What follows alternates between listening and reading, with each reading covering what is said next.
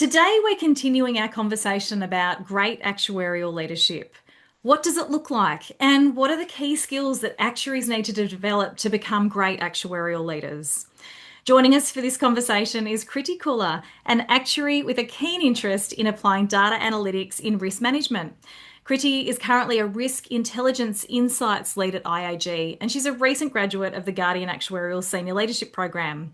Kriti's also a young working mum. Today, Kriti is going to share with you the lessons she's learned about leadership, including trust, delegation, communication, stakeholder management, and getting the most out of your team. Kriti, welcome to the show. Thank you so much, Julia. I'm really excited to be here. I'm glad to have you here, Kriti. It's really nice to have a conversation again. It's been a little while since you graduated from the Guardian Actuarial Senior Leadership Program with Martin Mulcair and myself. So it's nice to see you back and to hear how you're going and applying some of these lessons from a leadership perspective. So, keen to dig into your leadership experience a little bit today. But before we do that, I'm going to ask you the question I ask all my guests. Kriti, how do you use your actuarial superpowers to make a difference in the world? When you say that question, I always think of like a comedy icon, an anime icon doing a superhero pose. But anyway, we're not living in the anime world. But yeah, I for me it's actually I would say seeing around corners. And what I mean by seeing around corners is thinking several steps ahead to Mm. anticipate what risks might be there, to think about what are some dependencies, what are some consequences, unintended or otherwise, of course. And it comes from a place of our actuarial training does teach you to think in a structured way, particularly with respect to uncertainty, risk impacts, and whether you're calculating the outcome of the hand you are playing, Mm. when you're playing cards, which we went through in the first year of our actuarial studies, Hmm. or whether it's modeling how much money you should be setting aside for bad loans, when you're doing provisioning work for banks. So actuarial training, I feel, really teaches you to think in terms of future outcomes and sort of second or third order consequences, and modeling those decisions to deal with uncertainty that can impact us financially, and from a risk lens, of course. So yeah, it really just translates for me in a leadership level, planning ahead, creating buffers, and helping teams avoid problems before they happen. So seeing around corners. Seeing around corners. I love that. I haven't heard that. I haven't heard actuarial work described in that way, Kriti. I really like that phrase that you've used, seeing around corners. It's such a clever way to describe that managing uncertainty, managing risk. And I guess we do that as actuaries, as you've so articulately put. We also do it as leaders, though, don't we? And, my experience coaching actuaries stepping into management and leadership roles, one of the things that we often struggle with is the uncertainty of letting go of technical work when we've got junior team members. And so, I guess picking up on that thread of seeing around corners, I'm curious to hear a little bit about your experience on that trust and delegation piece. I wonder, can you walk us through a moment where you've had to consciously let go of how something got done, and maybe what you told yourself to make that feel okay? Yeah, yeah. I'm going to take us back to a wee bit of a time earlier where I was having a conversation with one of my mentors, and they shared an advice early in my leadership journey that has stayed with me. And it was, you'll come across different team members who approach work very differently to you. And you'll often be tempted to step in and do it your way. But you have to remember you're a leader for a reason. And in most cases, they'll achieve the same outcome in their own way, and you have to learn to let go. They'll achieve 80% of what you might be looking for, and maybe something else. And that'll be their X factor as to why you have hired them. Mm. So the situation that I had was I was upskilling a team member to support some group risk appetite statement reporting. And initially, I felt there was quite a bit of resistance. It was a responsibility that was, of course, delegated to them. And I could tell we weren't aligned on the expectations or the importance of the task. And my first instinct was, it's going to be easier if I just do it myself. Hmm. And then I just remembered thinking about the words of my mentor, and I told myself that, this, this role isn't to create another version of me, the role that I hired the person for. The role is to, for me, the role is to actually provide clarity to my Mm. team member on the outcome, and trust that they can achieve it in their own way. So we sat down, we had a conversation. We talked about the chief risk officer and what the board risk committee expectations are. We discussed why the reporting was important, why it needed to be completed monthly, the consequences from a risk management perspective if it wasn't collated in a timely manner. And what changed wasn't the task.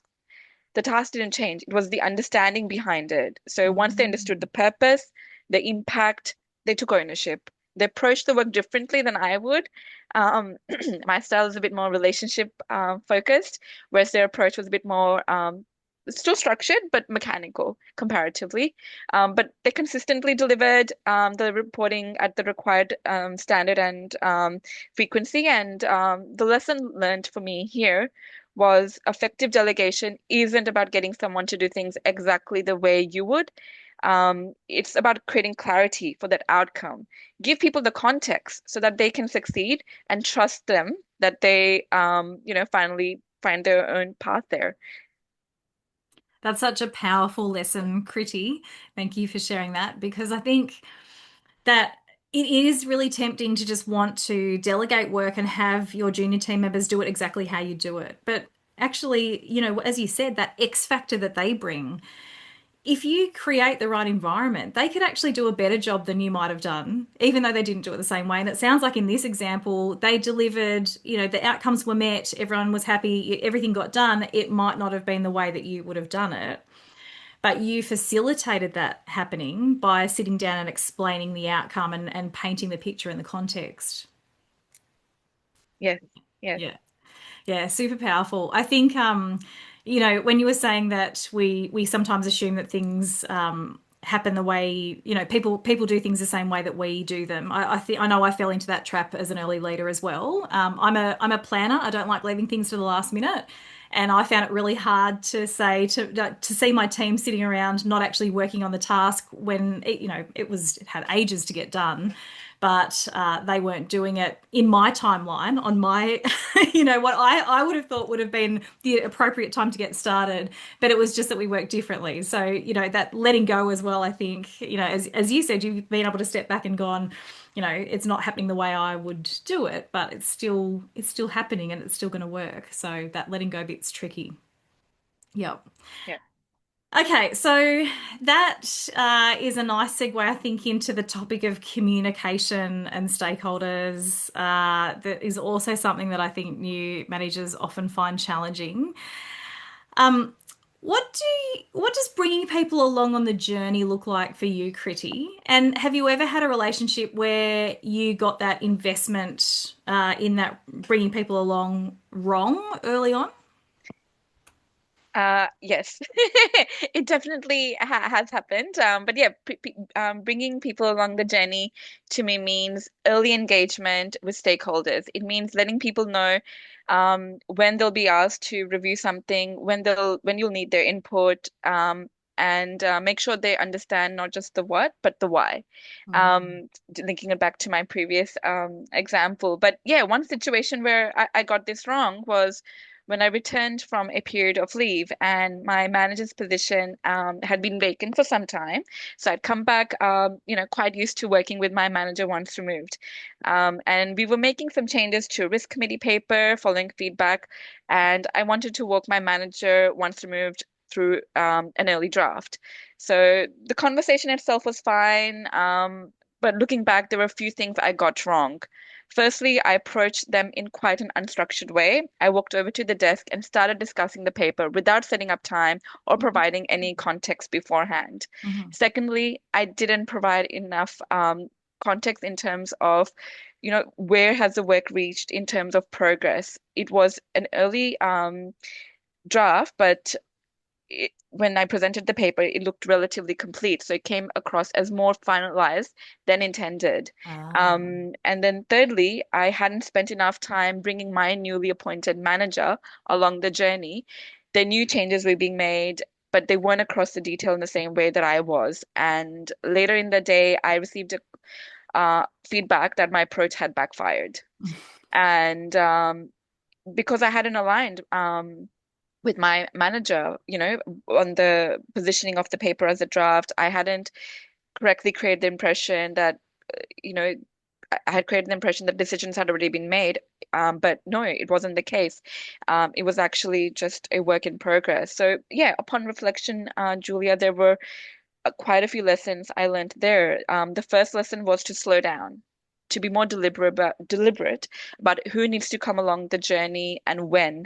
And the second was to bring more structure to conversations, especially when discussing proposals or work in progress. And the third was to over communicate with your manager when you're building a new relationship. Yeah. People can't understand your intent, thought process, and rationale if you haven't brought them along the journey with you. Mm. If I were to sum things up, um, the context does sit in your head, unless you deliberately share it. And I knew this was an early draft. I knew the decisions were still open. I knew what feedback had already been included, but I hadn't taken the time to bring everyone else to the same level of understanding. So finally, like, yeah, stakeholder management isn't really about managing the stakeholders. It's about creating alignment so that nobody is surprised by the outcome. Ah, yes. Yeah, no surprises. That's so good. I love the way that you talk about assumptions in our head that we're not always sharing because as actuaries we're trained to make assumptions in our modeling, but there are also assumptions that we sometimes make about our teams and our stakeholders, and it's not always helpful. But some great lessons in there, Kriti. So I'm curious then, if you, knowing what you know now and having learnt this lesson, if you were to approach that same scenario with your manager, what would you do differently? How would you play it out? I would probably tell them that I want to have a chat with them and take them through the changes I'm thinking, but I Mm, wouldn't put as much word, as much pen on paper. I would want to show them more of a scaffold. mm, And before I put investment into a product, I would want to get their okay, because they might have the same wavelength as their own manager. And mm, also, I find sometimes like while they are managers or they might be our manager once removed, they do look out for us at the end of the day. Sometimes we'll come to them with a finished product on the day it's due, and it might be too late for them to integrate their big material change. mm, So by coming to them with a scaffold, at least it's coming to them with an opportunity for them to be able to include feedback. So there's an open door there by mm, not putting too much pen on papers. And yeah, maybe that's the part where you talk to them about it rather than writing it down. So I really wanted to have that opportunity for their in their leadership position as well for a reason, and have their own networks as well. So definitely to slow down and have that conversation first. mm. Yeah, clever, clever. So setting that scaffold up front, but also setting time to have the conversation and by getting the buy-in as you go rather than kind of presenting a finished product. Even though it can kind of be tempting to show that finished product, isn't it? You want to show your initiative and how clever you are and how capable you are, especially if you're going for promotion. It can be tempting to just jump straight to the end, but we miss a lot when we do that. Yep. Yeah, yeah. Interesting story. Thank you for sharing that one, Kriti. That's a really powerful reflection, I think, on communication and managing stakeholders and the importance of bringing people along on the journey.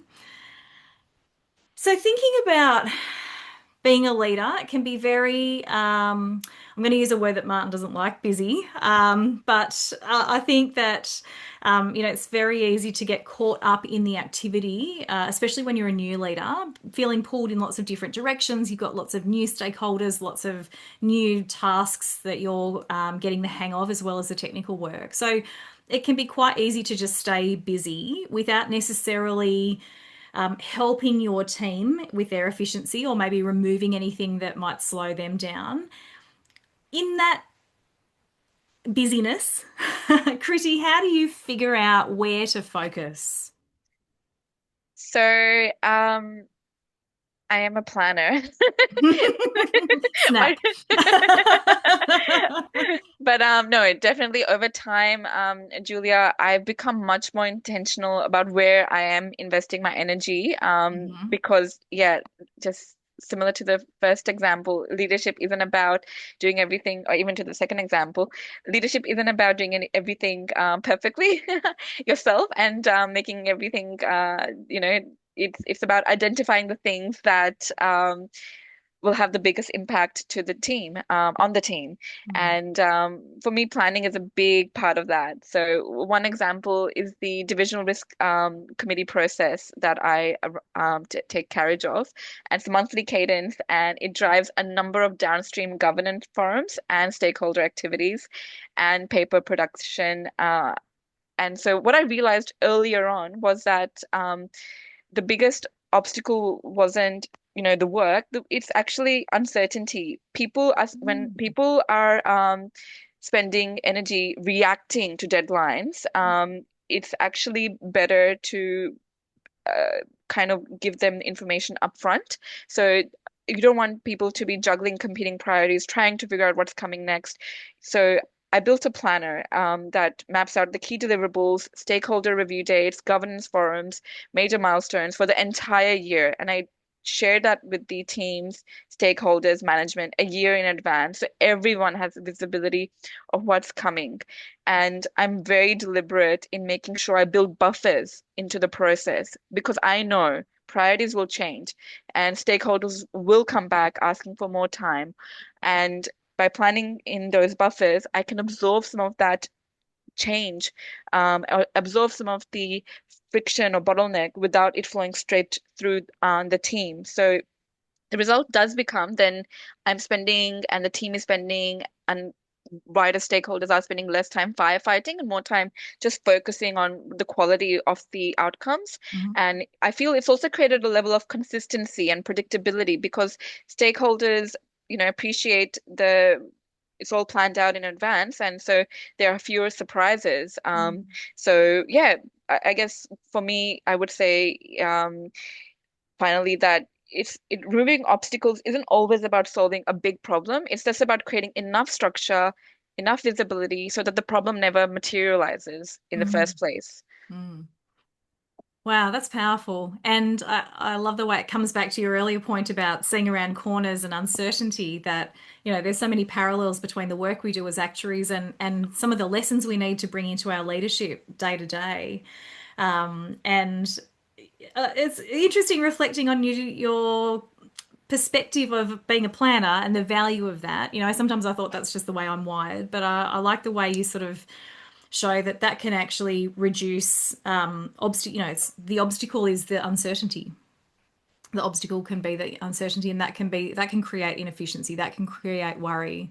And so yeah, it's a really interesting perspective on how to get the most out of your team is to create that structure, reduce that uncertainty, and to create some visibility so people kind of know what's happening. Very, very insightful. Thanks, Kriti.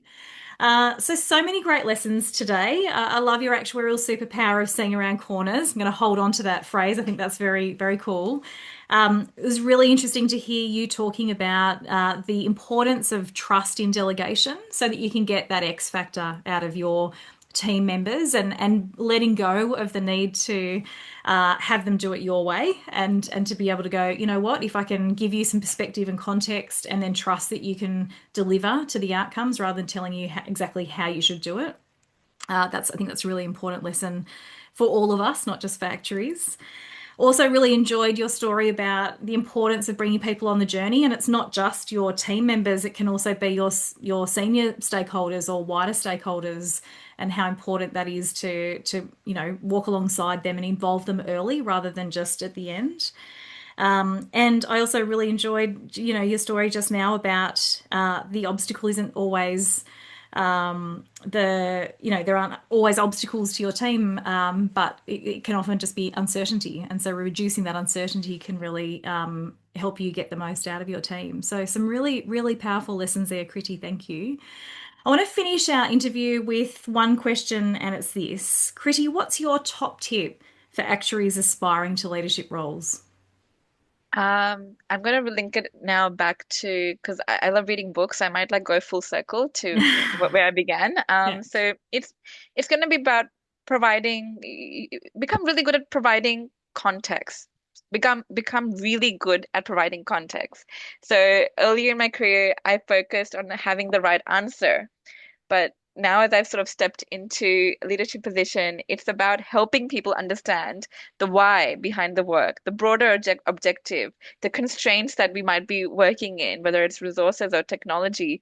And once people have context, they're actually they're better equipped to make decisions independently, and also better. They're just forearmed and forewarned as well sometimes, if Mm. that's the case as well. So. Great. So become really good at providing context. Yeah, that's a fantastic tip for new leaders. Kriti, thank you so much for your time today. It's been wonderful hearing your experience reconnecting after you've graduated from the Guardian Actuarial Senior Leadership Program, and great to hear some of your recent leadership examples in practice. So, Kriti, thanks so much for your time. Thank you so much, Julia. It was lovely being here and connecting again. Thank you.